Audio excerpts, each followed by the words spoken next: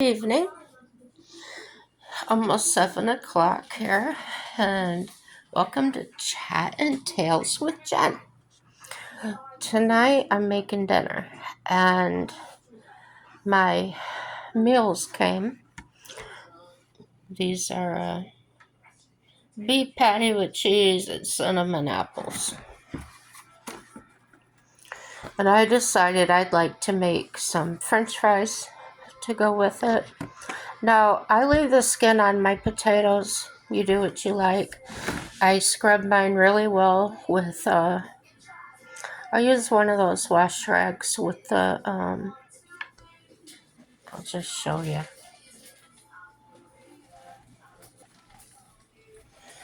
Put these on the back of it. That's all the dirt that came off. So that's going into the washing machine in a minute. Mike's doing laundry. So yeah, these are potatoes I washed. And I'm just going to slice those up and, yeah, make them as French fries. You can do them in the air fryer. I'm not doing that tonight. I don't know, just not doing it. So the cheeseburgers, they come with a bun and they come with the cinnamon apples, whatever.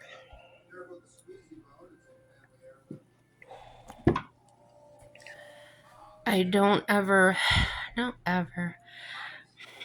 A lot of the time, I don't eat the cinnamon apples. They're too sweet for me. But yeah, so tonight I'm going to show you how I can doctor up these meals a little bit and make it my own. Be right back.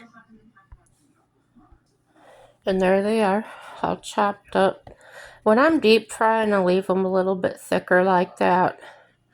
When I'm air frying, they're usually a little bit thinner. So let's go over and we're going to put the grease in the pan.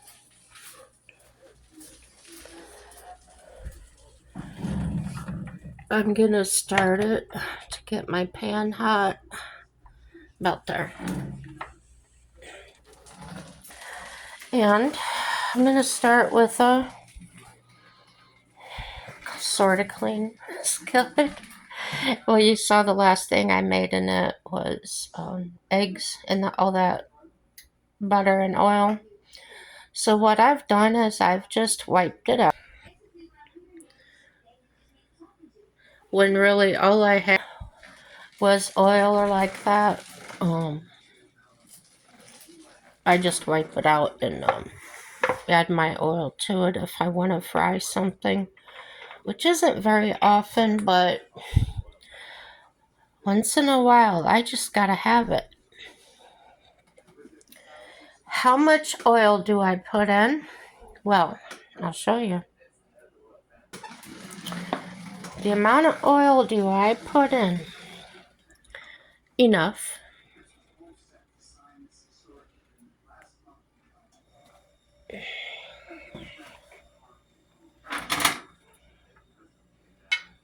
It's only about that much. Now, potatoes, in my experience, tend to absorb oil. So, I'm going to add just a little more to it.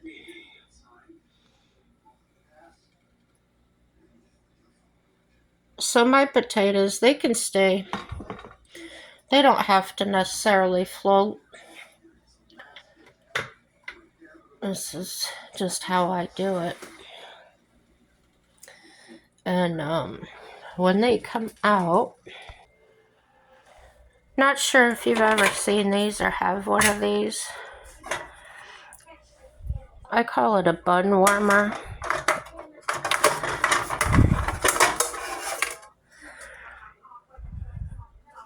And there's holes in this that allow steam kind of go under.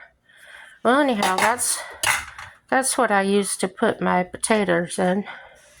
And I just put a little paper towel there to drain them. And that's about it. The hamburgers are pre-cooked. And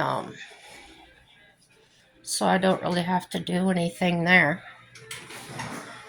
They're microwavable. Most of the time I do heat them up in the pan, but for time's sake, I'm not going to do that.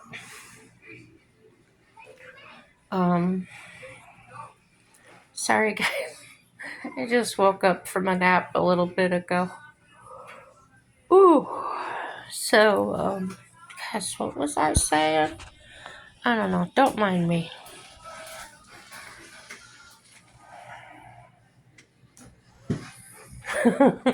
This is how a mental patient cooks French fries. Just kidding.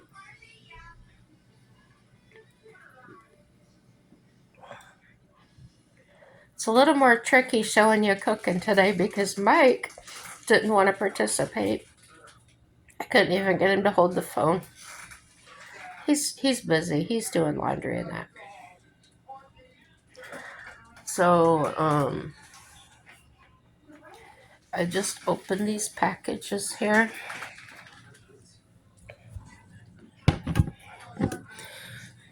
For me, they're kind of much to open. So I just do this on the hamburger side. So I got one out. I got them both out, but here's the other slice of cheese. I really wish they wouldn't put those in there because when I thaw the meal out, the cheese in that kind of gets sticky. So let's check on the oil.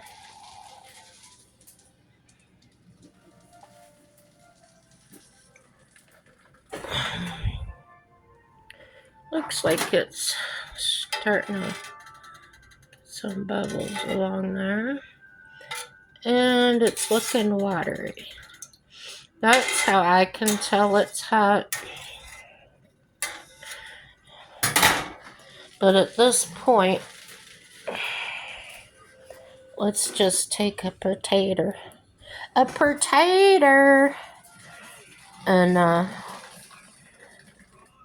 gently put it in.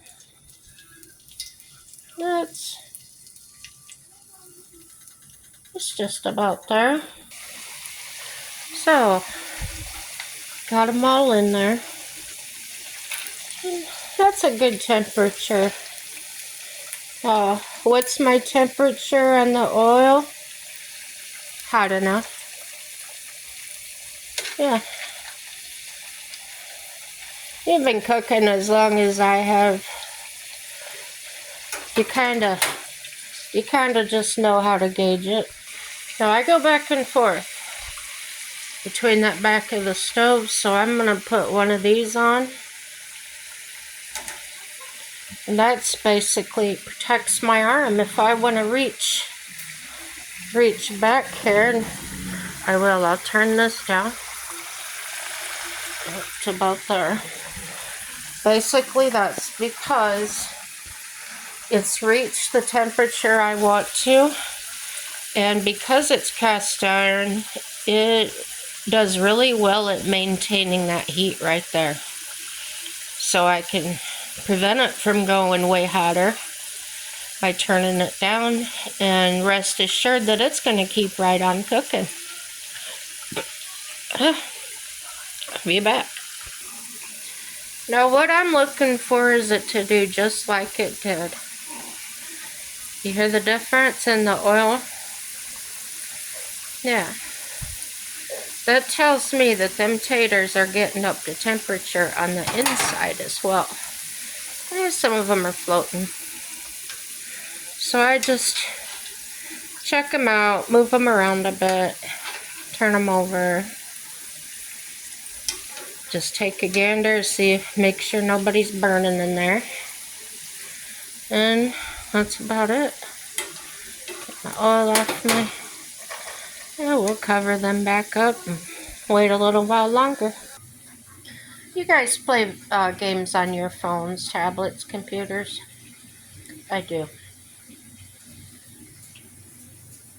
I really like those mystery Sorry, my phone's got something on it.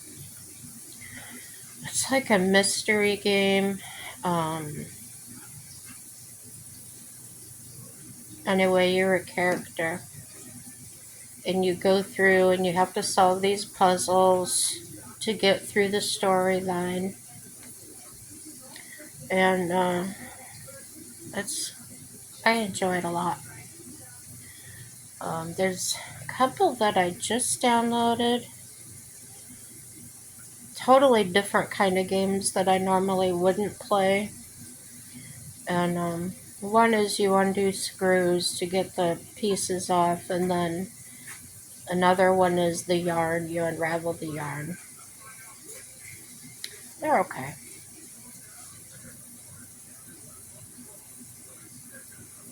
It's just that I'm so used to doing other types of games, I thought, well, let's give these a try, give the brain something else to think about.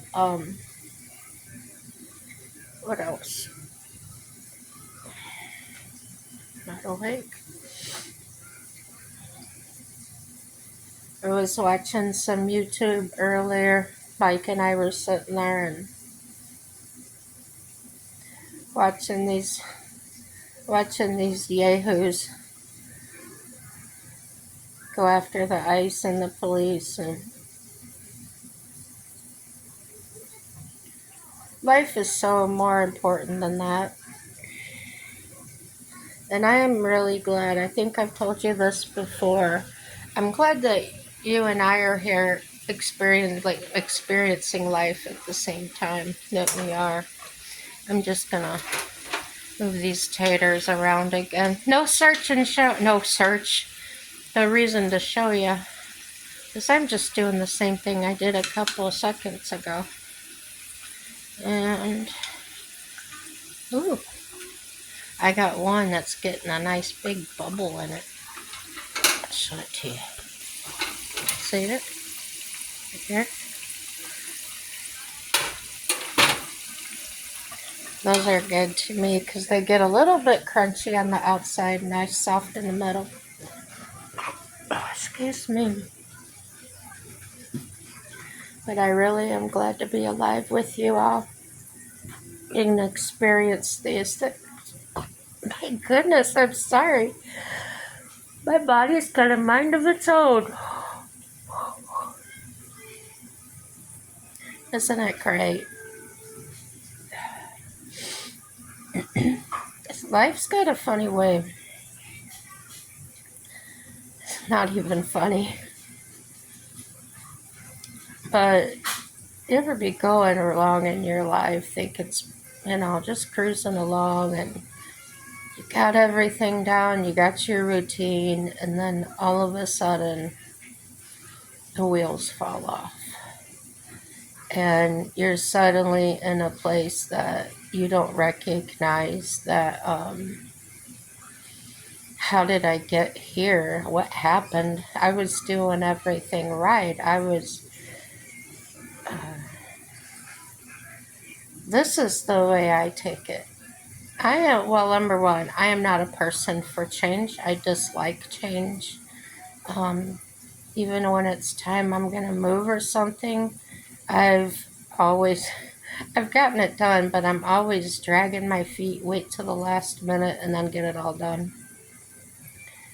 So when things would change for me really drastically, and all of a sudden, unexpected, unprepared, I've come to believe now that everything is a test. And it's not a test to see what I could handle. So it could sound that way, but I'm trying to mean it in a different way, honestly. It's kind of like, okay, you learned all that, you're doing all that, that's good. Now let's keep growing and move on to the next stages.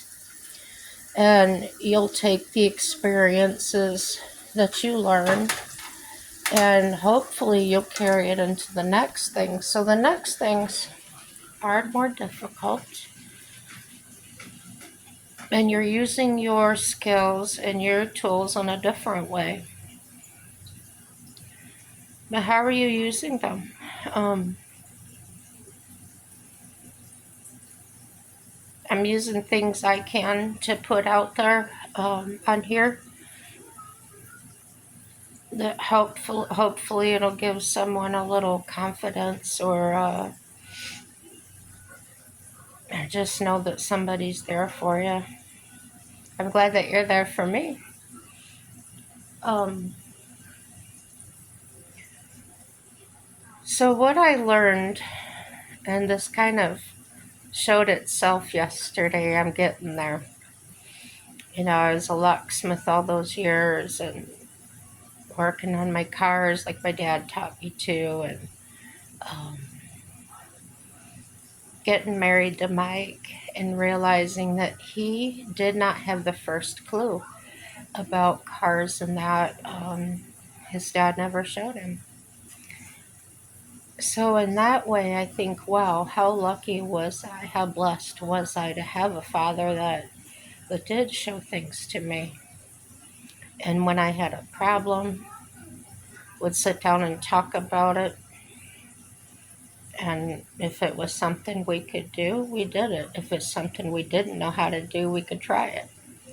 And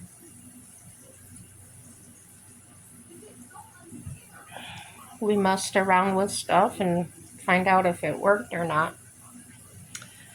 And then you find mechanics that say, oh, we'll charge you more if you already worked on it. That was a joke. So yesterday I'm taking Bubba into the Ford doctor, I call him. And he's my mechanic there. I can't call him my mechanic, but I call him my mechanic. I'm not guaranteed to get him every time, but even if somebody else is working on it, I can go bug him and ask him questions. And he will. He'll come over and take a look at what the other guy's doing, talk about it. And it's not that he knows more than everybody there. It's he takes the time and explains it to me. Told y'all before, sometimes I don't get it. You can tell me things and it goes right over my head. But his name is Zach, and he is absolutely terrific at breaking it down for me. So, what I'm getting to with my life experience, locksmithing, customer service, and things like that, this particular person resounds the same type of attitude, the same type of willingness to go that extra mile or that extra foot, even to help me understand or keep me informed. Okay, that's the type of person I'd like to have working on my car. That's the type of person that I could be in a relationship with. And what I don't mean boyfriend, girlfriend type. I'm talking about a friendship, an acquaintance, somebody that I can communicate with and they can communicate with me. That's somebody I would consider welcoming into our lives, as you know. So that's why I call him my mechanic. And it's not that we're anything special, okay? And so I went back there. When I approached him to talk about my vehicle, ask him how much longer it's going to be, if he's got any problems, he did not treat me like I was disrespecting him. He didn't get upset that I had walked back there. Was that due to me? Was it due to how I approached him? Was it the fact that he maybe liked that I was more involved? I'm not sure. However, we ended up talking and talking. He would say, he first said, there's several things wrong with Bubba. He said they're not major, but there's several things. And he says, um, one of the things is my coolant lines going to the back are leaking. I got to get those replaced. Another thing is the main thing I took it there for was the heater controls acting all goofy on me. I got to check these taters. And what that turned out to be was the ECM, like I thought. It's to me it looks like a little computer. And he says, yeah, that's bad. And then he wanted to show me the other things he found. I'm going to turn these up just a tad, because that pan's getting a little bit cooled off. So anyway, I had asked him questions, and I probably looked really stupid. So he told me there was an engine light on, which I knew, and I know why, but I let him tell me again. He said, one of your catalytic converters is no good. I said, yeah, I knew that. And there's two of them there. So we're going to fix that. We're going to fix the lines. I had said when he brought up the ECM unit, I said, well, I noticed too, when I turn the air conditioning on high, I get a rough idle, or an idle that kind of surges. And I'm wondering if the ECM has anything to do with that. And he kind of looked up and he says, I don't think so. He said, but I did notice the surging, and I'm going to look into it. So I don't remember if he got back to me on that. The reason being, I was back there in his shop, just rattling, talking his ear off. We talked about all kinds of things. We talked about the vehicle. We talked about a lot of different things we just skimmed over. Anyhow, so I got all that evaluation done. And then when I told him about the warranty and things, he personally walked into the supervisor's office, and he helped me talk with them over how I wanted this all to be put in to the warranty company. They said they listened to me. They just sat there and listened. They did already know it, but they let me go on. That's another sign of excellent customer service.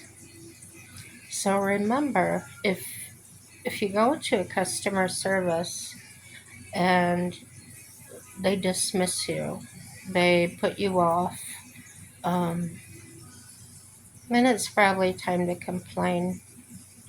Don't necessarily get into it with them. Let their supervisors handle it. And don't scream, I want your manager. Don't scream, I want your supervisor. That's not going to help anything, because if you're doing that and the manager, you're at that level already, the manager or whatever that comes out to deal with you is not going to want to deal with you. They're not going to want to help you because you're coming at them with daggers.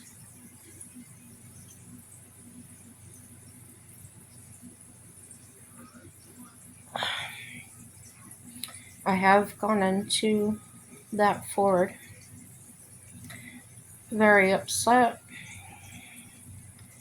Um, One of the things I learned yesterday with Zach, I could have gone off, had a fit about, and that was because the tie rod ends that I just had put on there in May,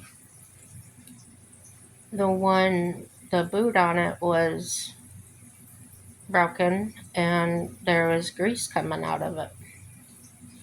And so he drew my attention to it. He says, I noticed this boot is off, he said, but it's tight. He had no idea I had it done there. So would it have been appropriate for me to go off on him? No, he didn't do it. Yes, it was the company he worked for. Yes, it was probably another mechanic. Um, but what would going off on him do? Not a damn thing, but make him have a bad day.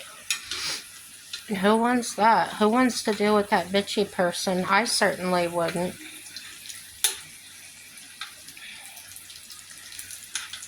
So I stood there and listened to him. And then this is how I did it. I said, Zach, I think that they put those on here earlier this year.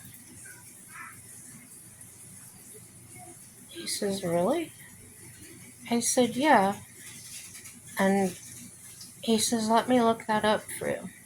Now, if he wouldn't have said, let me look that up for you, I would have continued, is there any way we can find that out? So either way, we're going to find the evidence of that. I'm not accusing anybody. I'm not distracting them from doing their job. So he went and looked it up in the computer. And he says, oh yeah, he said, they did them here in May. He says, those should be covered under the warranty. And he said, I'll definitely get that in for you. That's how you want your relationships to be across the board. When I deal with an idiot at a place, I'll just nonchalantly say, I'm having a really hard time understanding what you're telling me. Is there somebody else that maybe can explain it in a different way? Take the brunt of it. Say, you know what, I understand things in a way that, I know, maybe you're not explaining them, or I've played the mental illness card at times. I've just said, I'm schizophrenic and sometimes I don't hear the words coming out that in a way that I want to understand it. And to me, that's not really playing a card. To me, it's more like explaining. It's not an excuse. It is explaining what happens. And that's it for that. I'm going to get these hamburgers warmed up and I'll be back to show you how I make this. So I think my potatoes are through. So what I'll do now, pick them up and put them in this towel.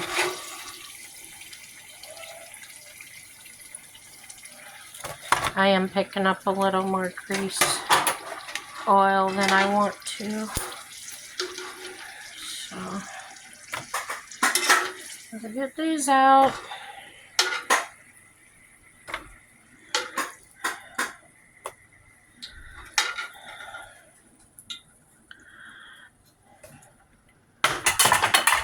And then I told you I use a lot of Mrs. Dash.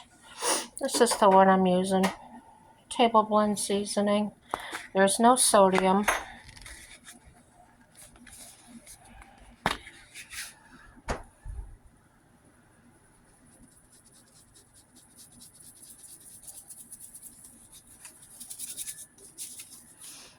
And then I just kind of toss them around a little bit. Good. And then I'll put my lid on. Yep. And then that'll keep that warm for us till we're ready to eat. So the way I do the hamburgers, I told you I was going to put it in the microwave, but I think I'm going to have Mike dump this oil out and I'll do them in the pan. Okay, Mike drained the oil out of the pan for us. We didn't wipe it out, we just left the residue oil in there. And these patties come pre-cooked, but they're flavorless. Okay, I asked Mike to get the seasonings down, and he got us some. See, all I'm trying to do is warm it through. And I don't put the seasoning on usually till after it's done on one side. This is just plain garlic. And some pepper, black pepper.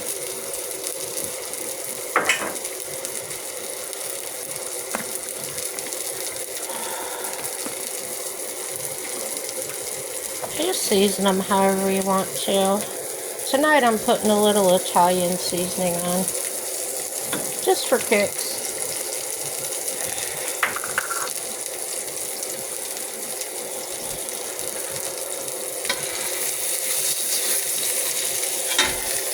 Burnt spices do not taste good, so I will turn the heat off of this.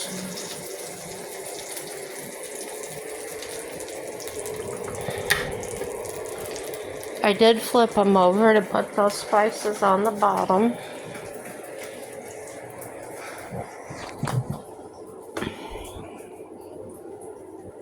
And this is the cheese that came with them, y'all.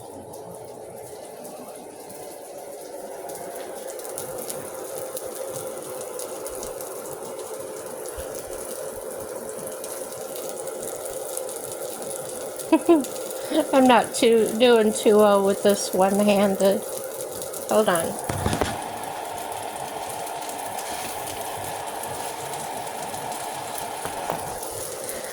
And there you have it.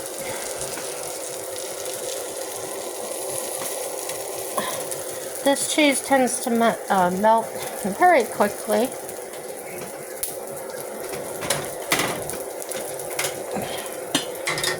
I'm just going to put that over. It's still on the heat right now, but that's not going to hurt anything. Next, I have these buns here. Hey Mike, can you hold the camera for me for a minute?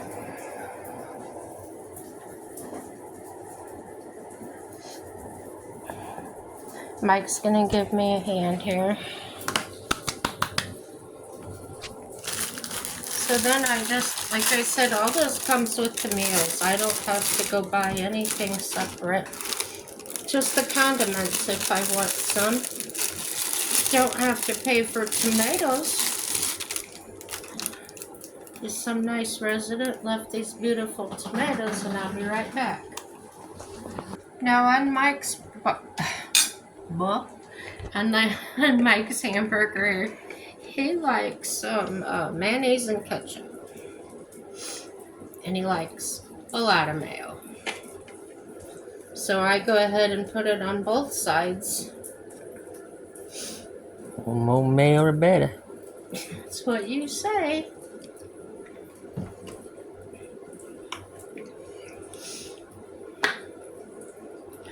And then Dylan for his cheeseburger be coming. I might put this on a plate, darling. And I'll get you some nice french fries too.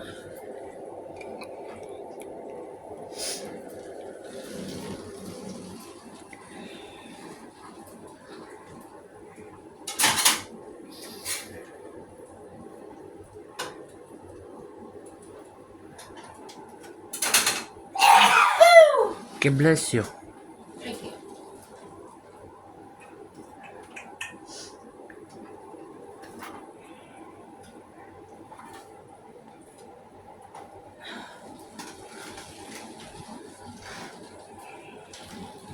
And that's how that turned out.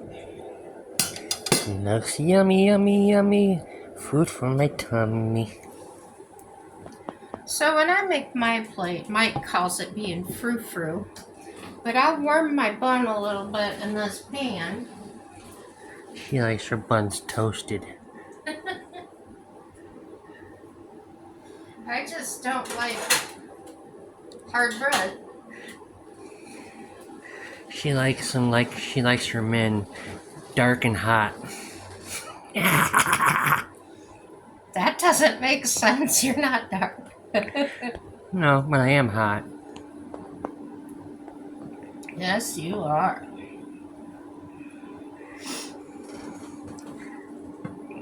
Okay.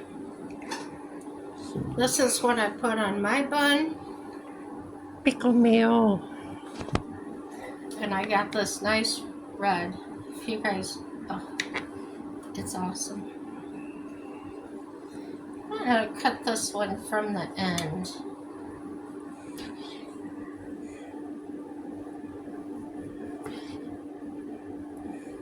And I can tell that's homegrown. Look how red that is. Just beautiful.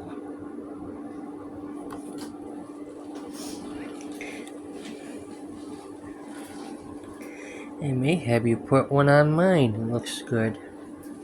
Yeah. So there's my bun. It's just warmed through. I set it on the heat, and when the top of it will kind of push down easily, that's when I say they're done. Do you want some tomato? Yeah, cut me a tomato. Just put it in the, there we go. Is that enough? That looks good. Okay. So we're gonna go ahead and get off of here and eat, guys. Hope you enjoyed my crazy video. Crazy by meaning I had to control it myself. Yeah, I was feeling lazy. But she managed to say, I need you, and I'm here. So don't worry, guys. No matter what, everything's gonna be okay. Everything's gonna turn out for your good. Have a happy day. Bye-bye.